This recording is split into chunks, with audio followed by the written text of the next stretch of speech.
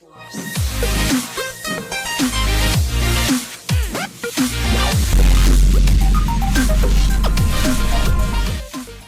and gentlemen, my name is Brendan Plays. The build to Revolution begins in today's episode of Total Extreme Wrestling. We are coming off the New Year Smash event, which I feel like was pretty successful. We had an 81 rated show overall. Miro becoming the new TNT champion was the major point of the show. Jade defended her belt as well. We got new number one contenders for the Women's Tag Team Championships, new number one contenders for the Men's World Tag Team Championship. So a lot went down. Keith Lee made his debut as well. So a lot went down in this event, and now we need to continue moving along to Revolution, which is going to be an interesting show. You know, Revolution, we've got Cody Rhodes as the world champion. We need to get the belt off of him and get him out of the company potentially. So that's looking like it's going to be Kenny Omega to take the belt off of him. I think we'll do it at Revolution as well. So that's looking like a pretty big match. Some of the other matches we've got planned. We've got CM Punk, MJF. We've got the Revolution ladder match as well. I'm thinking Christian Cage, Jay Lethal, Keith Lee, Wardlow, Orange Cassidy, Lance Archer, Ray Phoenix. Maybe one more guy. The Young Bucks versus House of Black. Jade versus Mercedes Martinez. Chris Statlander. And I'm thinking of putting Ruby Soho in there too. I'm a little apprehensive though because I don't want her to be involved in a title match and maybe lose. So that's a maybe at the moment, but the other two we'll definitely put in there. Superbad and Tay J for the women's tag. We need to find Miro an opponent for the TNT title. Danielson and Adam Cole. And well, I'm hearing that Brian Cage might be staying in AEW. So my whole mindset was we need to get rid of Brian Cage and get him out. Well, he might be staying. So we are going to do Brian Cage and Ricky Starks one-on-one at that pay-per-view, which should have quite a bit of build by the time we get to it as well. We'll probably add maybe another match or two as well, but that's kind of where we're heading. Obviously the Wild Things, Red Dragon, maybe something there with them as well. But yeah, that's what we've got planned at the moment, and we're going to start getting those plans into motion in this episode of Dynamite. So let's jump into it. So to start things off, Sting announces the Revolution ladder match with the winner getting a TNT title shot. So we'll plan this out. You know, the winner of this ladder match gets a big TNT title opportunity at some point. So that will probably be Miro's next opponent coming out of this. So Sting involved to announce it, to try and give it a nice important feel early on, with Tony Schiavone interviewing him there as well. 77, good start. Jay Lethal, he gets a match, and starting to kind of find something for Jay Lethal to focus on. And that'll be the Revolution ladder match. So this was a Revolution ladder match qualifier. And I realized we still have one appearance left for Nick Aldis, and I wanted Jay Lethal to secure a really solid win, and a win that might even move him up a little bit in terms of popularity, and that could happen here with a win over Nick Aldis. So he gets a good win. These two have great chemistry, so they had a 65 rated match. Lethal performed at 67, which is really, really good. So good signs there by Jay. We'll get him in the Revolution ladder match, and he could be one of the high flyers in that match to really make it exciting. The Young Bucks, they comment on the House of Black's big win at New Year's Smash, so we kind of kick off that rivalry officially. Brandon Cutler holding the camera for that one as well, with the Young Bucks doing all the talking. 86, good solid promo. Martinez, she picks up a win over Brandy Rhodes, 40 rated. So obviously we are jobbing Brandy Rhodes out a little bit here, utilizing that popularity that she's got to put it on some of the other wrestlers. Well, Martinez benefits here. She gets a big win and pretty much boosts her momentum to the point where she might be automatically elevated into that title picture. That's what we're trying to accomplish out of it anyways. So 40 rated for that one. Jade says that she's organized a match tonight with Leo Rush. If Leo loses, he is gone, so he must win. So the investment is on the line. The portfolio, they've had enough. They want out. Unless Leo Rush can beat Jade Cargill, because Leo Rush has made all these mistakes. He's stuffed up so many times. So if he can prove that he's better than Jade, then she will agree to stay in the group. 50 rated for that segment.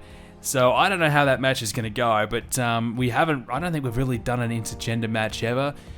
Kind of makes sense though. Jade, she's a beast, she's a badass. Leo Rush is only a small dude. It makes sense that Jade could probably beat up Leo Rush, let's be real. So we'll get to that. Keith Lee gets a win in a Revolution ladder match qualifier. He beats Ricky Starks. Now, if you know at the pay-per-view, Keith Lee beat Brian Cage. Well, this time Brian Cage, he's now a babyface. He comes in, he interrupts, and he costs Ricky Starks the match, just like how Ricky Starks, was disgusted and felt like Brian Cage had let Team Taz down. Well, this time Brian Cage lets Ricky Starks down by costing him the match, so we kind of return serve there a little bit. 68 for the match, Keith Lee 68 for himself, really good. Ricky Starks 57, which is also really, really good as well for his popularity. So, solid match. Keith Lee qualifies for the ladder match.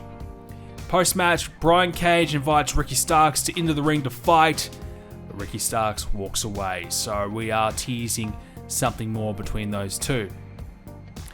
Cody Rhodes is looking for a fight tonight. Lance Archer convinces him to put the title on the line tonight. So I wanted to have Cody Rhodes in a match just to spotlight him after not being involved in the pay-per-view. And I figured, look, Cody Rhodes, he's on his way out. He's going to be leaving the company very soon. So a lot of matches that maybe we would have been saving up our sleeve for down the line, I'm going to execute some of those now before it's too late. So one of them being a Lance Archer match. We've never done it yet here in our save, so I figured, why not? Lance Archer needs a big spotlighting moment, someone that Cody can have a good match with and beat, but also, hopefully just get a bit of, spotlight on Lance Archer in the main event. So 84 for that segment there. So Jade Cargill does defeat Lio Rush in about 5 minutes. It's a 30 rated match. Jade 40, Lio Rush 48. So the match didn't quite go down as well as I would have liked. Could have been a 40 to 45 rated match. But the point is, Jade destroys Lio Rush, and that'll be the end of Lio Rush in AEW. Lio Rush is in tears as he realizes he's lost his entire investment and he's got to leave AEW. So he's broke. He spent all this money trying to, invest in these talents. He gave them all, everything they possibly could have wanted. Then he's gambled it all away recently. He's made all these mistakes. He's stuffed up. He's screwed up. His investment is gone. And now he's left with nothing and he's got to leave AEW. So 48. So it's been a bit of a roller coaster for Lio. He hasn't lasted all that long. He started off really good. He formed a really solid group. And now he's got to go. So unfortunately, we had to get rid of Lio Rush to match what was happening in real life. But, we made a bit of a fun storyline out of it nonetheless. So I don't know what we're going to do with Jade and the Acclaimed. It's been good for the Acclaimed to be affiliated with Jade and obviously be involved in all these segments. It's been great for them. But now, what do we do with them next? Do we try and get another leader to come on and take on this group? Is there someone that we even have that potentially could do that? I don't know. So that's the thing. I don't want to leave these three guys out in the lurch because they've certainly got a lot of talent. Jade's the champion. The Acclaim, we're trying to really move them up the card. So we still need something that can drive them to that point. So I feel like rather than disbanding the group, we just need to find a replacement for Lio. Orange Cassidy wins a qualifying match against Kip Sabian for 50 rated. Orange Cassidy 48, Kip Sabian 42. Orange is probably the one that I was like, well, I don't know, should he be included? He's around that high 40 popularity mark. He's probably going to be the lowest, least popular guy in the match. But I figured it's a good way to kind of spotlight him as well, maybe try and elevate him a little bit. And we can have some lead-in matches as well, and he could probably take a couple of losses in the lead-in. It won't really matter. So, yeah, look, he might be able to do some fun things where he surprises everybody how, what he can do in a ladder match. So 50 rated nonetheless for the qualifier. Up next, CM Punk is here. He's backstage, he's in the parking lot, he gets out of the car, and he immediately wants to find MJF because at the pay-per-view, MJF was mocking CM Punk for not showing up. He's saying, look, you're a part-timer. I'm here every night, no matter where, no matter when. I'm here, and look, CM Punk doesn't give a damn about the fans here. He doesn't care. He's not here tonight at all. Well, he's here. And the Pinnacle, they knew he was coming. They knew that he wanted to fight, and they jump him from behind. They beat up CM Punk, and MJF has the last laugh here. So we're really kind of kicking this rivalry off here. It's been a lot of verbal back and forth. Now it's getting physical with the Pinnacle getting involved.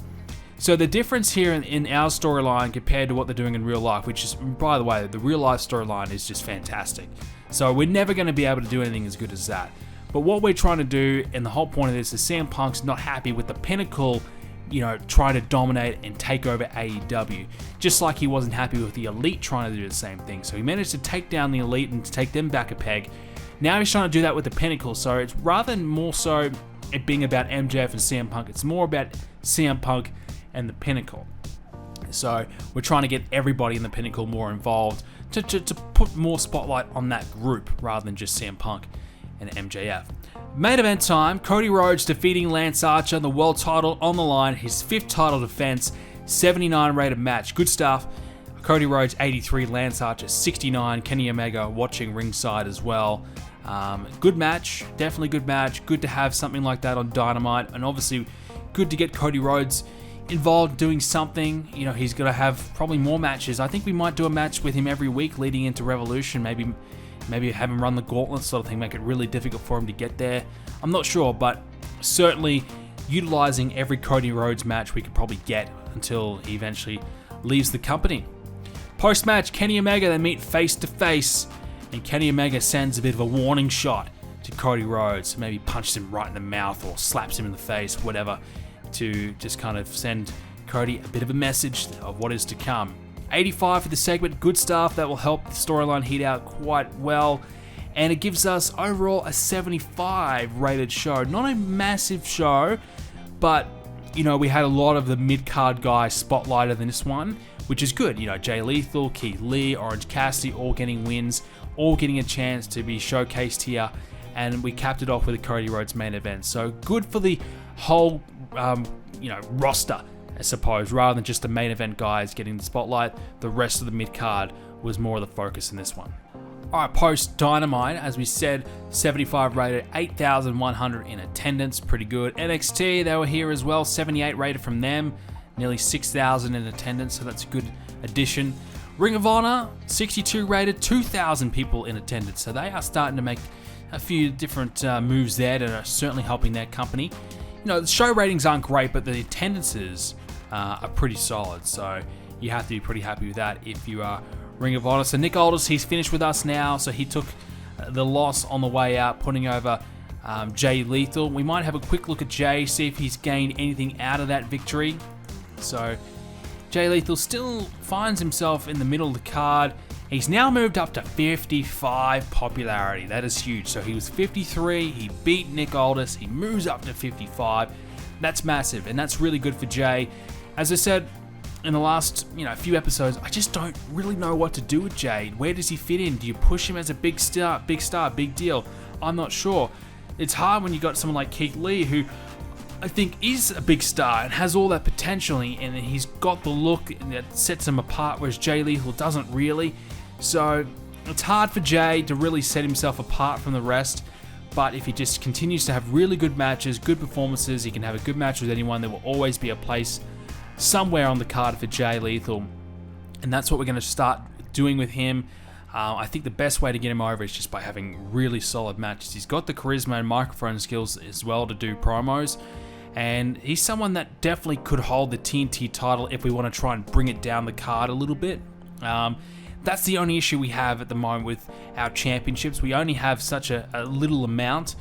When you've got the TNT title, you've got the world title, do you keep the TNT title on the really middle of the card guys, or you try and keep it on the low tier main event, the guys who are that next step away from being world championship material? That's the big question, I suppose.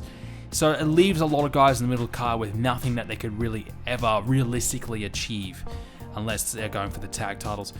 That's probably the idea of the FTW world title. Do we try and make that a legitimate thing and kind of make that the lower tier belt for a lot of guys? It's not a bad option, and I'm starting to think that we might even consider doing that. But at the moment, it's just kind of just a prop, really, for Brian Cage. It's not really a belt that he's ever going to defend. It's just a prop, and we might even give it to Ricky Starks. I don't know, but yeah, it's not really a big deal at all in the company. So if we were to try and introduce some sort of title, we might as well just use that as a way to spotlight some of those guys in the lower to middle of the card. AEW Dark, let's get into it. We've got AQA versus Leva Bates on the pre-show. We're giving the win to AQA, 22 from her, 24 from Bates. Brock Anderson lost to All Ego Ethan Page in a 39 rated match. Ethan Page 44, Anderson 23. Brandy Rhodes addresses her recent losses. Red Velvet is there as well to help console her after her pretty bad run of losses, I suppose, but she's been dropped out for a few weeks now. We opened up the main show with Best Friends picking up a win over the Factory. Nothing too much here, just wanted to give them a win. 45 rated match. Orange Cassidy and Chris Statlander with a 65 rated promo. Wow. Okay. So they're both Orange and Statlander cutting a promo here. One's on Martinez and Orange Cassidy's talking about the ladder match. So 65 is pretty good, honestly. I'm really happy with that. I'm really surprised though that it got so high, but yeah, it's good to see. Cassidy, Statlander might gain a little bit out of that. Next up, Will Hobbs picks up a win over Carl Anderson. Hobbs 56. Wow, that might be one of his best performances. Anderson 51. So Gallows and Anderson on their way out of the company, looking to get Will Hobbs some more wins over some guys to pick up some momentum. Marco Stunt loses to Dante Martin in a 33 rated match, trying to get Dante Martin some popularity. Post-match, the Acclaim trash talk Top Flight, and the Acclaim say that they are the future of AEW, not Top Flight. So not too much to really do with that Top Flight Acclaim feud. They've already had one match. I'm thinking maybe we'll just extend it a little bit further, but after that, we'll probably end it pretty soon. Thunder Rosa grabbed a win over Jamie Hayter, 27 rated match. So if you remember, Thunder Rosa, one of the reasons why we're not really utilizing her that much in AEW is because she's got a neck injury that's going to, hold her back for a long time. She still performed at 37 here, which is good, but yeah, it's causing her match's quality to really drop. So we can't really give it that big push. Tony Nese makes his debut here on Dark. He had a 43 rated performance. His gimmick as the premier athlete was given a rating of great. So it was a good start. Great start, really. Good performance from him. The gimmick's good. So everything's good other than the fact that he took on Wheeler Yuta. Both guys in this match don't have enough popularity to make the fans care about it, but it's still got a 31 rated result, which is okay. Look, quite honestly, I don't have any plans really for Tony Nese. I don't think he has any plans in real life either, but he's here. He's on the roster. We can utilize him, sure. MJF, we snuck a promo from him on the show, more so because I wanted to have Wardlow involved in a talking segment here, but we talked about CM Punk and we talked about the Revolution ladder match, so we kind of got the best of both worlds here. 86 rated promo, obviously excellent stuff from MJF, no surprise.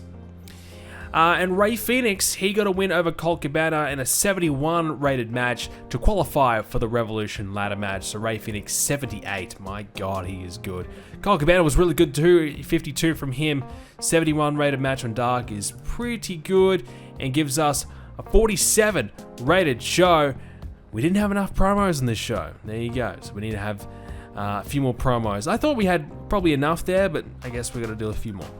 Time for Rampage, and it's a short and sweet but compact show. Cody Rhodes opens it up with a promo here. He talks about his history with Kenny Omega and their upcoming match, 99 rated promo. That's where Cody's at his best on the mic, and he's done a good job here. We had Brandy and Arn Anderson there supporting Cody as well. Adam Page got a win over Scorpio Sky. Adam Page was off his game a little bit here as well. 79 rated performance from him, 47 from Scorpio. Not too bad overall. Giving Adam Page a bit of a rebound win. And he has a promo here as well. He says he wants another shot against Miro for the TNT Championship. 91 rated there. Christian Cage and Matt Hardy went one-on-one for a 63 rated match. This was a Revolution ladder match qualifier where Christian Cage grabs a win. So I figured two guys who kind of the masters of a ladder match, why not have them go one-on-one here? Christian Cage gets the better of Hardy and he qualifies. In our main event, Bryan Danielson in the main event, wrestling against Bobby Fish. 81 rated match, Danielson 91, Fish 60. Well, Adam Cole did say that he's going to find someone to kind of help him out, and Bobby Fish was that one.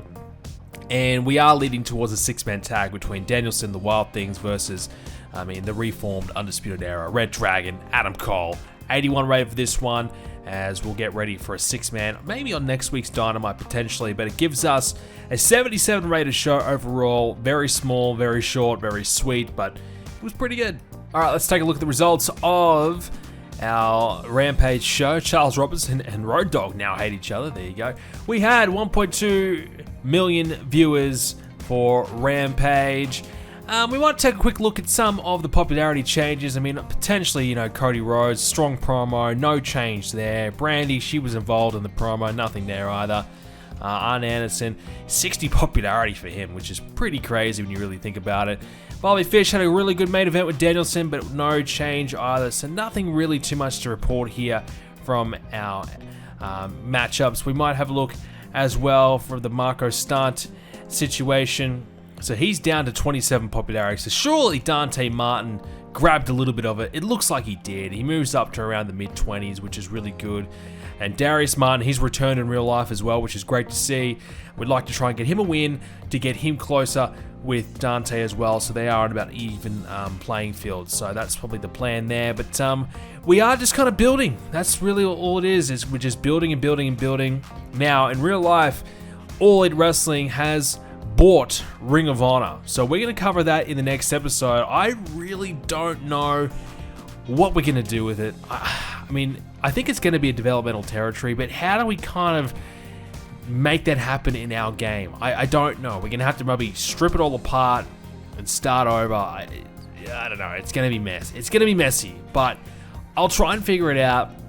We talked about in our game how Ring of Honor was becoming a genuine competition, a medium-sized company. So they were becoming a thing.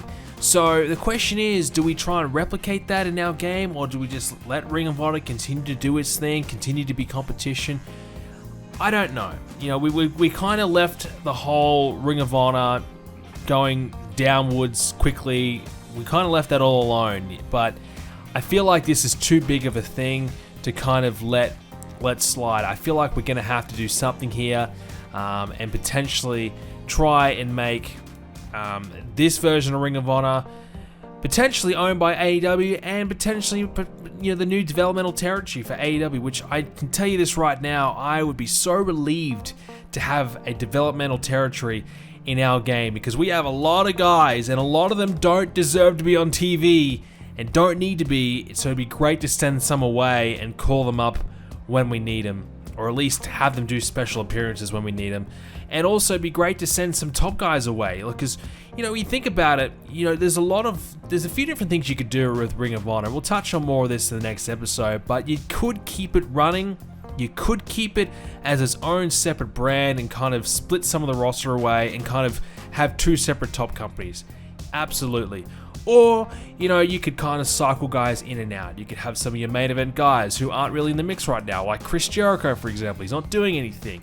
We could have him go to Ring of Honor, spend a couple of months there, a few months there, have some matches with their guys, come back freshened up with a bit of a different gimmick or something a little bit different. He hasn't been on TV for a while, so it kind of works, Those are some different things that you could do. I mean, you'd have to believe, though, that people that are going to watch Ring of Honor are already going to be watching AEW, so it can be a little bit tricky to kind of make that work, but it could be a way to separate the roster a little bit. You could even have legitimate brand competition or company competition if you want, but I think what most likely will happen is it will be a developmental territory with a few top guys sprinkled in that kind of work both companies, and it'll be a good place to see some of the younger talent being utilized. But we'll talk more about that next episode. I'm going to try and figure out what I'm going to do with it. Will I strip it apart? Will I buy it? I don't know, but we'll have an answer for you next time. With that being said, ladies and gentlemen, it's exciting times in AEW in real life, exciting times in our TEW. Hope you join us for the next one. If you did enjoy it tonight, make sure you leave a like on it and subscribe to see more. We'll be back with another one very soon.